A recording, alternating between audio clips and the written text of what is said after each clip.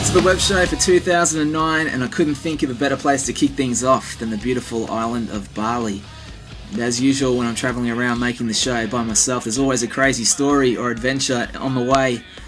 This one being no different in that meeting Farani Empel, Far, on the internet, through Facebook actually, through a friend Tyler, and I was going to film a pilot in Bali anyway, and we got chatting, and she said she was going to be away for a little while and that we could use her room. I couldn't believe it, just out of the blue. So a mate of mine, Rudy, and I decided to pack our bags and head to Bali, and we're going to stay in Far's place. We haven't even met in the flesh, but I guess that's the nature of the Balinese people. Very, very welcoming, and everyone over there is so beautiful. And here's some snippets from what Far does in her career. She's an actress on the rise, and here's an example of one of her films. Sekarang semua orang tuh udah bisa dibeli pakai uang, tau gak? Maling lo ya? Jangan sini. Mari sini. Woi, maling, jangan kabur lo ya. Maling gak ada air ah. Udah dari orang gila gitu dong. Tahu gak ada air, semua gimana lagi? Ya terus gimana lagi? Enteng banget lo ngomong. Jarusin dong. Yeah, so she's not only making a name for herself in film and in the modelling world, but she was also the star of a huge Indonesian tourism campaign. And here's a snippet of that.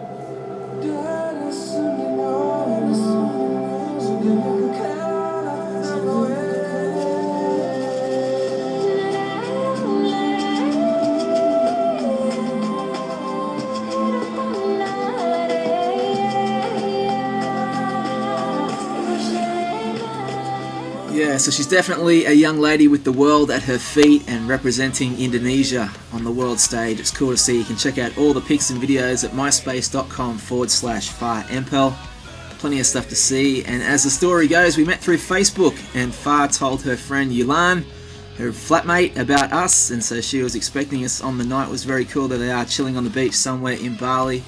And it was New Year's Eve 2009 that my mate Rudy and I jumped on a plane from Coolangatta Airport. There's Rudy getting some coffees, and we were leaving our own version of Paradise, which is my hometown, the Gold Coast in Australia, and we headed to Sydney first, and then from Sydney the 6-hour flight over to Denpasar, and everything was going well. The flight seemed kind of long. We arrived in Bali at 9 PM on New Year's Eve and thrust into the middle of a completely different vibe.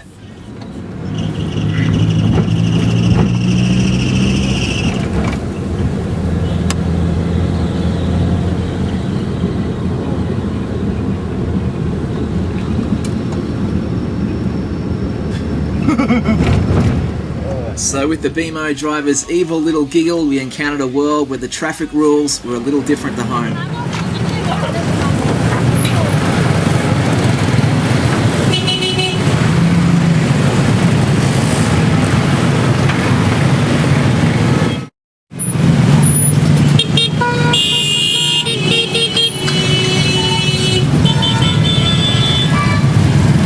Is this the main road? Man road. Big traffic, man road. Yep. Oh, very common.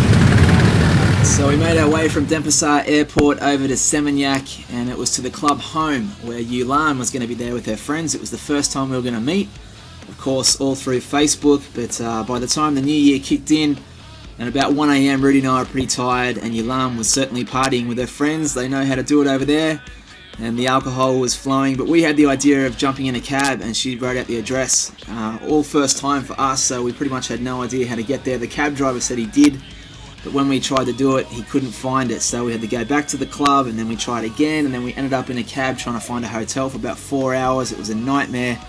Funny looking back, but not funny at the time, but at least I got to interview the cab driver, and it all worked out in the end. Madi Sarjano, my name. Okay, and tell us about what happened tonight when you picked up these two Australians on New Year's Day, whatever it was, New Year's Eve. Tell us about the story.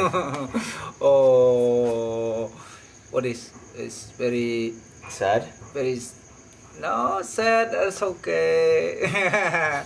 It's very good experience. Yeah.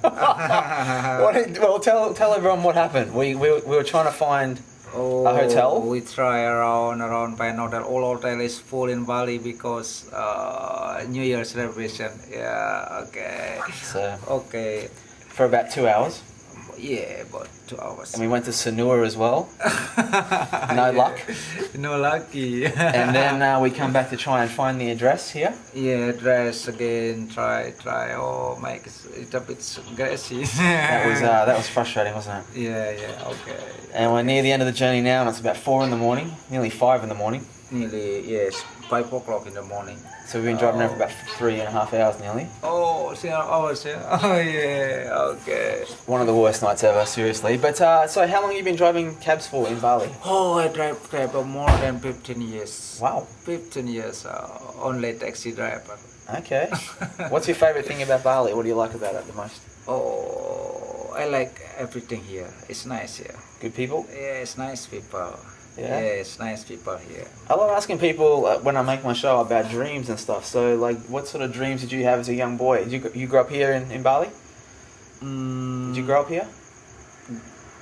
Yes, I born here.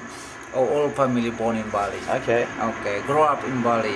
And what sort of things did you want to do when you were growing up here in Bali? Okay. Say Yeah. Yeah. What sort of things? When you dream about stuff. Any big dreams? Yes, I want to my family it's better life. Yeah. Better life for Yeah, family. my daughter is not like taxi driver. Better life than Better. my Well, you know what? It's been great to meet you. Thank you so much for looking after us, because anywhere else it wouldn't get looked after, but you did a great job, and thank you. Okay, no problem, my friend. Yeah, he was a complete legend, that guy, even staying with us until Yilan finally picked us up about 5 a.m, but it all ended well. Our first night in Bali, Happy New Year, and we were off to a rocking start. It was going to be a great adventure, and more to come on the web show from Bali.